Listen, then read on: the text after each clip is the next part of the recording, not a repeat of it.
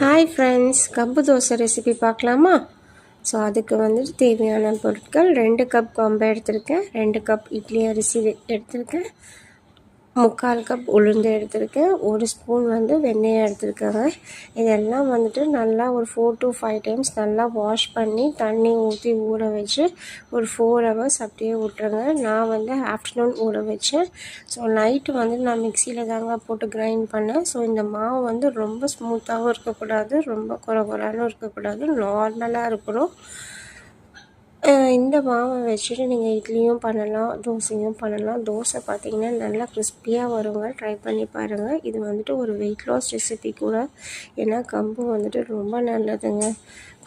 இதில் 2 type of கம்பு இருக்குது. நாட்டு கம்பு, நார்மல் கம்பு. நான் யூஸ் பண்ணியிருக்கிறது இங்கே நாட்டு கம்பு.